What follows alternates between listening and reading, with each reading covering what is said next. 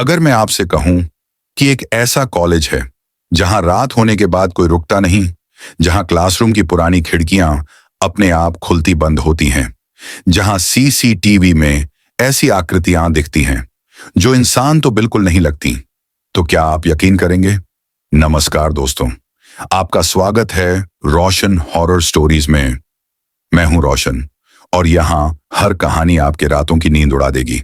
तैयार हो जाइए, क्योंकि आज हम लेकर आए हैं कुछ भयानक और ऐसी कहानी जो आपके रगों को ठंडा कर देंगी।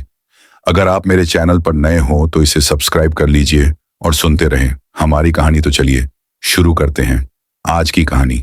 आज की कहानी Ambernath government college of arts की है। एक ऐसा कॉलेज जिसके बारे में कहा जाता है कि वहां एक प्रोफेसर की आत्मा आज भी आजाद नहीं हो पाई है और जिसे सच जानने की कीमत कई लोगों ने अपनी जान देकर चुकाई है। ये कहानी शुरू होती है चार दोस्तों से। आरव, सान्या, कबीर और मीरा पहले साल में दाखिला लेने आए थे। चारों बहुत उत्साहित थे, पर कॉलेज की पुरानी इमारत को देखकर उनका जोश थोड़ा ठंडा पड़ डिडीएच गया। इमारत इतनी पुरानी कि दीवारों पर सीलन थी, कॉरिडोर में हर ओर अंधेरा और खिड़कियों पर झुके हुए पीले बल्ब, जैसे हर बल्ब अपनी आखिरी सांसें गिन रहा हो। सान्या बोली, ये कॉलेज इतना डरा क्यों रहा है? लगता है जैसे हॉरर फिल्म की शूटिंग यहां हुई हो। कबीर हंसते हुए बोला, अरे यार, पुराने कॉलेज ऐसे ही लगते हैं, डरने की क्या बात है। लेकिन आरव कुछ अलग महसूस कर रहा था, जैसे कोई अदृश्य निगाहें उन चारों को देख रही हों। स्टाफ रूम के पास उन्हें एक बूढ़ा चपरासी मिला, दत्ता काका। झुकी हुई कमर, सफेद आंखें और चेहरे पर ऐसी थकान जैसे बरसों से नींद न मिली हो। दत्ता काका ने चारों को ऊपर से नीचे तक घूरा और धीमे स्वर में बोल पड़ा, शाम होने से पहले हॉस्टल पहुंच जाना, पुरानी बिल्डिंग की ओर मत जाना, और अगर रात को किसी क्लासरूम से आवाज आए तो कभी भी पीछे मुड़कर मत देखना। चारों ने एक दूसरे की ओर देखा। क्या यह मजाक था या कोई चेतावनी? मीरा ने पूछा। काका, वहां ऐसा क्या है? दत्ता काका की आवाज अचानक भारी हो गई। वहां किसी की आत्मा बंधी हुई है और वो अकेली नहीं रहना चाहती। हॉस्टल में सब ठीक था, लेकिन रात के 1 बजे मीरा अचानक उठ बैठी। उसे लगा जैसे खिड़की के बाहर कोई चल रहा है। फिर थक थक थक किसी ने कमरे की खिड़की पर दस्तक दी। मीरा डर गई। उसने सान्या को उठाया। सान्या ने खिड़की खोली, लेकिन बाहर कोई नहीं था। बस नीचे पुराने कॉलेज ब्लॉक की ओर जाता एक साया दिखाई दिया, जो इंसानी कदमों से कहीं तेज चल रहा था। सान्या कांपते हुए बोली, मीरा, ये क्या था? मीरा ने धीमे स्वर में कहा, वो इंसान नहीं था। अगले दिन जब सभी क्लास में थे, आरव का ध्यान पुरानी बिल्डिंग की ओर चला गया। वहां एक बोर्ड लगा था, एंट्री स्ट्रिक्टली प्रोहिबिटेड, और दरवाजे पर मोटे ताले लटके हुए थे। लेकिन अजीब बात यह थी, खिड़कियों में अंदर से हल्की हल्की रोशनी झलक रही थी। आरव ने कबीर से कहा, उधर किसी को अंदर नहीं जाना चाहिए, लेकिन अंदर रोशनी कैसे है? कबीर बोला, शायद चपरासी या कोई स्टाफ गया होगा। लेकिन तभी दोनों ने देखा, रोशनी एक एक करके बुझने लगी, जैसे कोई भीतर घूमते हुए दीपक बुझा रहा हो। और आखिरी खिड़की में उन्हें एक महिला की परछाई दिखी, जो बाहर की ओर घूर रही थी। जब दोनों ने पलक झपकाई, परछाई गायब। लाइब्रेरी में उन्हें एक पुरानी फाइल मिली, धूल से भरी और लगभग फटी हुई। उस फाइल में लिखा था, प्रोफेसर मीना देशमुख मिसिंग 1998। मीना देशमुख उसी पुरानी बिल्डिंग में पढ़ाती थी और एक रात क्लासरूम में रहस्यमयी तरीके से गायब हो गई। किसी को नहीं पता कि उनके साथ क्या हुआ। किंवदंती कहती है, उनका शरीर कभी मिला नहीं, लेकिन उनकी आत्मा कॉलेज से बाहर नहीं जा सकी। सान्या ने फाइल बंद करते हुए कहा, यानी वो आज भी यहीं है। एक शाम प्रोजेक्ट सबमिशन था। चारों देर तक कॉलेज में रुक गए। जब लौटने लगे तो उन्हें एहसास हुआ कि सभी गेट बंद हो चुके थे। गार्ड कहीं दिख नहीं रहा था। आसपास सिर्फ शोर करती हवा और कराहती खिड़कियां। कबीर बोला, लाइट भी कम होती जा रही है, जल्दी हॉस्टल चलते हैं। लेकिन जैसे ही वे मुड़े, हॉलवे के अंत में सफेद साड़ी में खड़ी एक महिला दिखाई दी। उसका चेहरा ढका हुआ, बाल कमर तक फैले हुए और उसकी गर्दन धीरे धीरे एक अजीब एंगल तक मुड़ रही थी। सान्या चीखी, भागो! चारों भागे, लेकिन जब वापस देखा, वह महिला वहां खड़ी नहीं थी। वह अब उनके ठीक पीछे थी। धीमे स्वर में फुसफुसाई, मैं अभी अकेली हूं। तुम में से किसी को तो मेरे साथ रहना ही होगा। चारों हॉस्टल की ओर भाग रहे थे। कॉलेज की पुरानी इमारतें उनके पीछे पीछे अंधेरे में चीख रही थीं, और हवा जैसे किसी को रोकना चाहती हो। सान्या बार बार पीछे देखती, और हर बार उसे वही महिला की छवि दिखती, कभी दूर, कभी पास, कभी एकदम सामने। उसकी चाल देखो, जमीन पर पैर नहीं पड़ रहे। मीरा की आवाज कांप रही थी। सच में वो महिला जमीन पर फिसलती हुई आगे बढ़ रही थी, जैसे हवा में तैर रही हो। और फिर वो अचानक गायब हो गई। कबीर सांस भरते हुए बोला, लगता है पीछा नहीं कर रही अब। लेकिन उसी पल उनके ठीक बीच से ठंडी हवा की एक तेज लहर गुजरी, ऐसे जैसे कोई अदृश्य चीज दौड़कर बीच से गुजर जाए। और पीछे से एक भारी और टूटी हुई आवाज, भाग क्यों रहे हो? चारों ने मुड़कर देखा। कॉरिडोर की दीवार पर खून से लिखा था, क्लासरूम 13। सान्या बोली, ये कौन कर रहा है? ये हमसे क्या चाहता है? मीरा ने धीमी आवाज में कहा, कहीं ये उस प्रोफेसर का क्लासरूम तो नहीं? आरव ने लाइब्रेरी से मिली फाइल को याद किया। 1998, प्रोफेसर मीना देशमुख गायब, और आखिरी बार उन्हें जिस क्लास में देखा गया था वो था क्लासरूम 13। कबीर चिल्लाया, नहीं, हम उधर नहीं जाएंगे। लेकिन तभी अचानक कॉलेज के सारे बल्ब एक एक करके बुझने लगे। हर तरफ घना अंधेरा, फिर बस एक ही जगह रोशनी जली, क्लासरूम 13 के दरवाजे पर। जब वे डरे हुए बाहर भागने लगे तो सीढ़ियों पर उनका रास्ता रोककर खड़ा था दत्ता काका। पर आज उसके चेहरे पर वो थकान नहीं थी, उसके चेहरे पर डर था, जैसे उसने भी कुछ देखा हो। काका फुसफुसाया, उसे पता चल गया है कि तुम फाइल लेकर आए हो? आरव ने पूछा। कौन? काका ने अपना सिर धीरे धीरे घुमाया और पुराने ब्लॉक की ओर इशारा किया। मीना मैडम, वो आज भी वही है, और वो अकेली नहीं रहना चाहती। सान्या ने डरते हुए पूछा, काका, आप ये सब जानते हैं, फिर लोगों को बताते क्यों नहीं? दत्ता काका की आंखें लाल हो गईं। उसकी आवाज भारी थी। मैंने बताया था, लेकिन जिसने भी बताया वो भी उसी बिल्डिंग में रह गया। इससे पहले कि चारों कुछ पूछते, कॉरिडोर के अंत में वही महिला फिर प्रकट हुई। सफेद साड़ी, नीचे तक झूलते बाल, और उसका चेहरा अब साफ दिख रहा था। उसके गालों से मांस लटक रहा था, आंखें अंदर धंसी हुई, और मुंह इतना फटा हुआ कि गला दिखाई दे रहा था।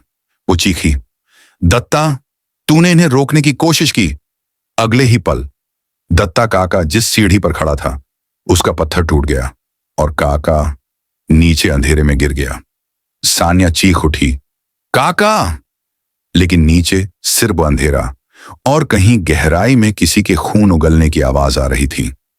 चारों किसी तरह हॉस्टल तक पहुंचे, लेकिन हॉस्टल पहुंचकर उन्होंने राहत की सांस नहीं ली, क्योंकि वहां भी सब अजीब था। हॉस्टल का गेट खुला था, पर दरबान गायब।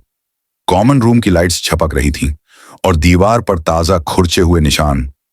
तुम 4 में से एक आज रात मेरे साथ आएगा। मीरा रोने लगी। हम क्यों फंस गए इस जगह? आरव ने उसे संभाला। सुबह होने तक साथ रहेंगे, दरवाजा बंद करेंगे, कुछ नहीं होगा।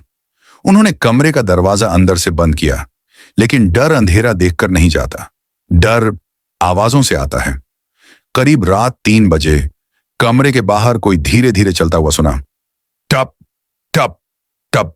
फिर दरवाजे पर नाखून रगड़ने की आवाज, किसी के वहीं खड़े होने की, सांसों की धीमी फुफकार, फिर एक भारी आवाज, मीरा, दरवाजा खोलो। मीरा कांप गई। वो आवाज दत्ता काका की थी। सान्या चीखी, मीरा मत खोलना, वो काका की आवाज नहीं, कुछ और है। लेकिन आवाज फिर आई, मीरा, मैं गिर गया था, मुझे मदद चाहिए, दरवाजा खोलो। मीरा ने डर से अपने कान बंद कर लिए। आरव ने दरवाजे के पास कदम रखा और की होल में आंख लगाई, और जैसे ही उसने देखा, की होल के दूसरी तरफ एक खाली आंखों वाली महिला का चेहरा झुका हुआ उसे देख रहा था। आरव चिल्ला उठा, पीछे हटो, वो बाहर है। चारों डर से दीवार से चिपक गए, लेकिन धीरे धीरे आवाजें बंद हो गईं। सुबह कॉलेज में अफरा तफरी थी। दत्ता काका की लाश नहीं मिली, सिर्फ एक गहरा लाल निशान, जैसे किसी को घसीटते हुए ले जाया गया हो। चारों ने कॉलेज के प्रिंसिपल से बात करनी चाहिए, लेकिन प्रिंसिपल ने सख्त लहजे में कहा, पुरानी बिल्डिंग के बारे में कोई बात नहीं करेगा। जो हुआ उसके लिए कॉलेज जिम्मेदार नहीं। क्लास में जाओ।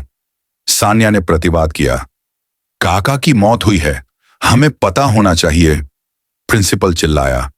बस, अगर इस बिल्डिंग की सच्चाई जाननी है तो जान से हाथ धोने पड़ेंगे। जाओ। चारों बाहर निकले और मीरा ने डरते डरते कहा, तो इसका मतलब प्रिंसिपल सच्चाई जानते हैं। आरव ने फाइल खोलकर देखा। फाइल के एक पन्ने पर मीना देशमुख की एक धुंधली फोटो थी और फोटो के नीचे लिखा था, last scene with principal Agashe. Kabir ने धीरे से कहा, तो प्रिंसिपल और प्रोफेसर मीना दोनों के बीच कुछ था। सान्या बोली, और अगर प्रिंसिपल आखिरी बार उनके साथ थे तो वो कैसे गायब हुई और प्रिंसिपल जिंदा कैसे बचे? चारों की नजरें अपने आप पुरानी बिल्डिंग की ओर चली गईं, जहां क्लासरूम 13 की खिड़की में आज फिर वही सफेद साया खड़ा था। इस बार वो उन्हें सीधे देख रहा था। लाइब्रेरी में उन्हें एक और नोट मिला, पुराना, खून के धब्बों से भरा। उसमें सिर्फ एक लाइन थी, आज रात तुम में से एक मरेगा, बाकी 3 सच्चाई जान लेने के बाद। मीरा ने कांपते हुए पूछा, लेकिन कौन मरेगा? आरव ने नोट के किनारे की मुड़ी हुई लिखावट पढ़ी। वो जिसे पहले देखा जाएगा। कबीर बोला, मतलब? इसका क्या मतलब है? आरव ने धीमे स्वर में कहा, जिसे वह आत्मा पहली बार छुएगी वो आज रात मरने वाला है। चारों के चेहरे से खून उतर गया और तभी कॉलेज की सीढ़ियों में कहीं से एक महिला की हंसी गूंजी। हाँ, खेल शुरू हो चुका है। हॉस्टल में अचानक हुई दस्तक, खून से लिखा संदेश और बाहर भागते भागते मीरा अचानक गायब हो गई थी। सान्या का चेहरा सफेद पड़ चुका था। सान्या रोते हुए, मीरा को वो महिला ले गई। आरव, हमें उसे ढूंढना होगा। आरव ने गहरी सांस ली। हाँ, लेकिन याद रखना, उसने कहा था कि आज रात कोई एक मरेगा। कबीर तेज आवाज में, ये सब बकवास है। मीरा हमें कहीं मिल जाएगी, हमें पूरे हॉस्टल में ढूंढना चाहिए। लेकिन तभी ऊपर की मंजिल से किसी लड़की की बहुत धीमी टूटी हुई चीख आई। तीनों ने ऊपर देखा। हॉस्टल की तीसरी मंजिल, जो पिछले 20 सालों से बंद थी, जहां बिजली नहीं थी, जहां कोई नहीं रहने देता था। सान्या का दिल धड़क उठा। ये मीरा की आवाज थी ना? आरव ने सिर हिलाया। हाँ, और इसका मतलब वो ऊपर है। कबीर गुस्से में बोला, चलो अभी चलते हैं। तीनों ऊपर भागे, लेकिन पहुंचकर देखा सीढ़ियों का लास्ट स्टेप टूट चुका था, मानो किसी ने जानबूझकर काटा हो। नीचे गहरा अंधेरा, कोई भी वहां चढ़ नहीं सकता था। और फिर अंधेरे से एक महिला की आवाज आई, किसी को ऊपर नहीं आना चाहिए।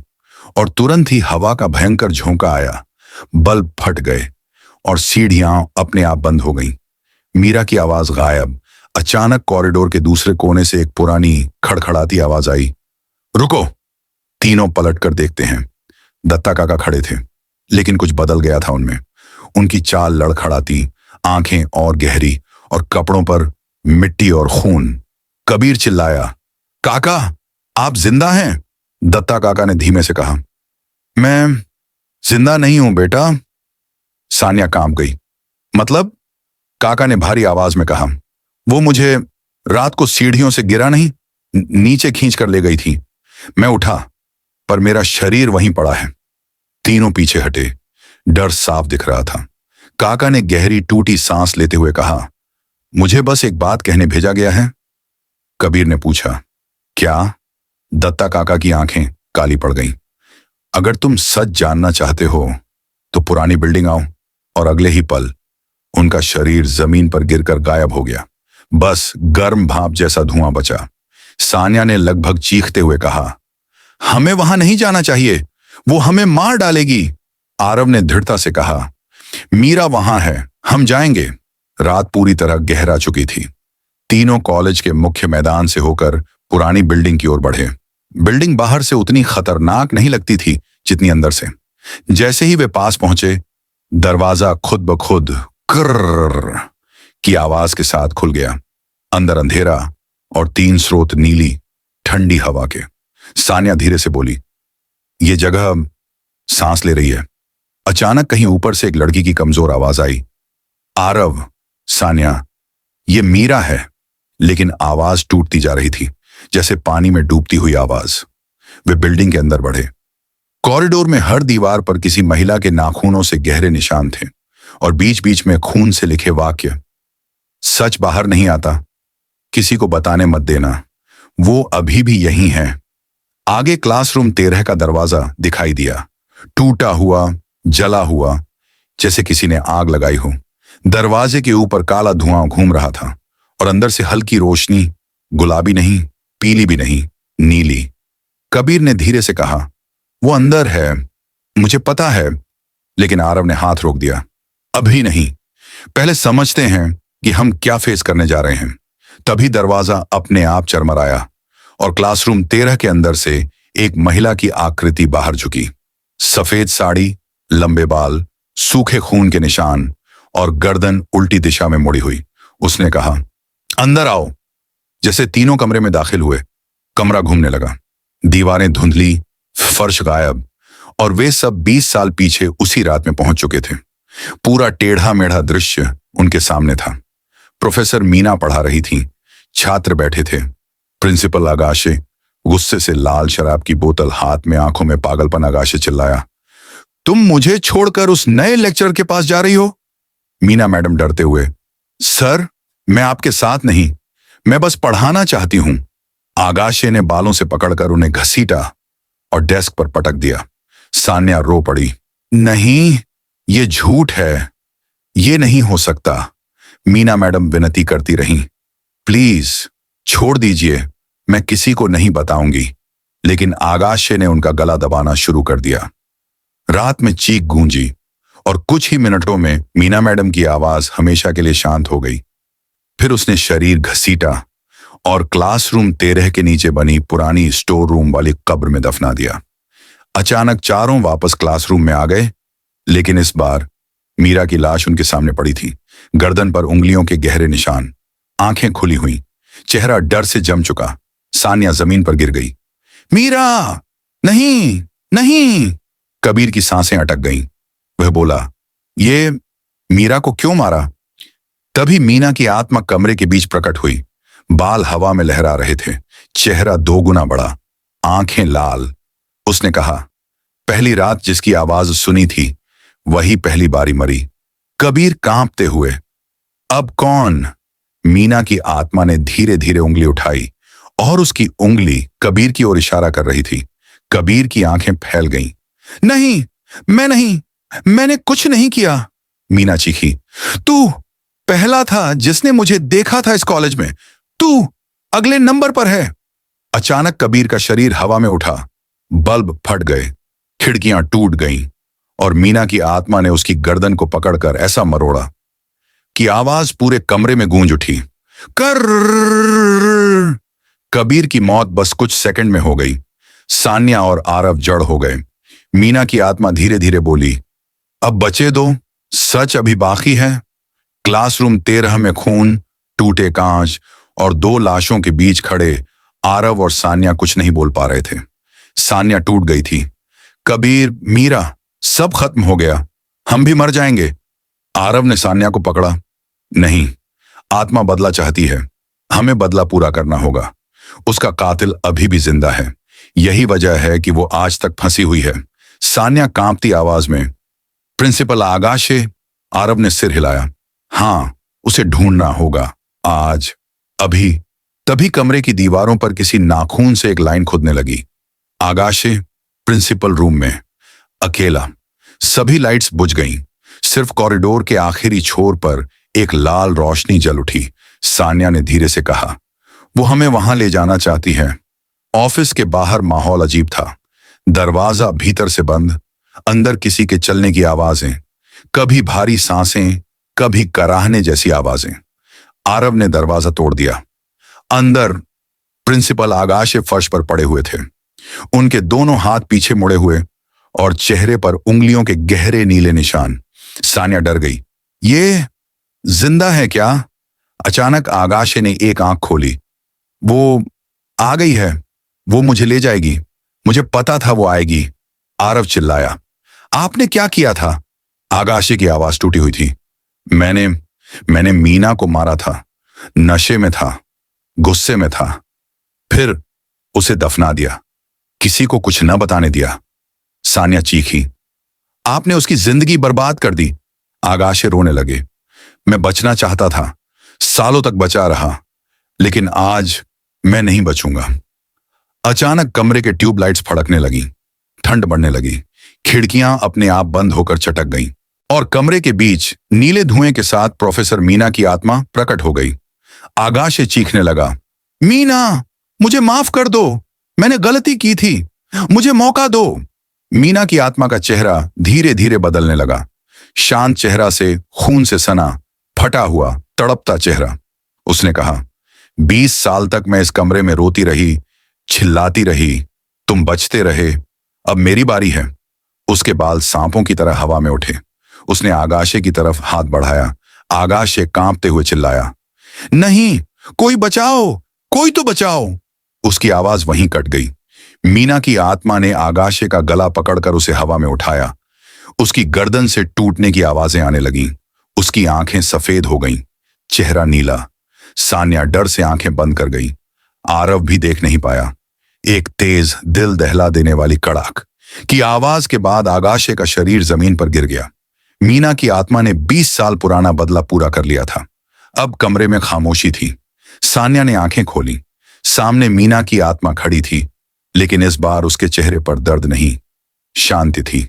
उसने कहा, धन्यवाद। आरव ने धीरे से पूछा, अब आप मुक्त हो जाएंगी? मीना ने मुस्कुराया, हाँ, अब मैं इस जगह की कैदी नहीं रही। तुम दोनों बचकर निकल जाओ, कभी वापस मत आना। और अगले ही पल उसकी आत्मा में से रोशनी निकलने लगी। कमरा नीली चमक से भर गया और हवा में उसकी आवाज बस इतना बोली, अलविदा। फिर वह गायब हो गई। 20 साल पुरानी आत्मा आखिरकार मुक्त हो चुकी थी। सुबह तक पुलिस आई। आगाशे की लाश, कबीर और मीरा की लाशें सब मिली। कॉलेज को तुरंत बंद कर दिया गया। स्टूडेंट्स को दूसरी जगह शिफ्ट किया गया। आज वो बिल्डिंग खंडहर है, कोई वहां कदम नहीं रखता। लेकिन कहते हैं, कभी कभी रात को क्लासरूम 13 की टूटी खिड़की से एक महिला की शांत मुस्कान दिखाई देती है। शायद मीना मैडम अब भी देखती हैं। क्या उस बिल्डिंग में कोई नया शिकार तो नहीं आया? तो दोस्तों, ये थी भूतहा कॉलेज की पूरी कहानी। एक ऐसी आत्मा की दास्तान जो 20 साल तक इंसाफ का इंतजार करती रही। अगर कहानी ने आपकी रूह कांपा दी हो तो वीडियो को लाइक करना मत भूलिएगा। कमेंट में बताइए आप अगली कौन सी हॉरर कहानी सुनना चाहते हैं। और अगर आप चैनल पर नए हैं तो सब्सक्राइब करिए, क्योंकि ऐसी डरावनी और सच्ची कहानियां हम हर हफ्ते लेकर आते रहते हैं। मिलते हैं अगली रहस्यमयी रात में।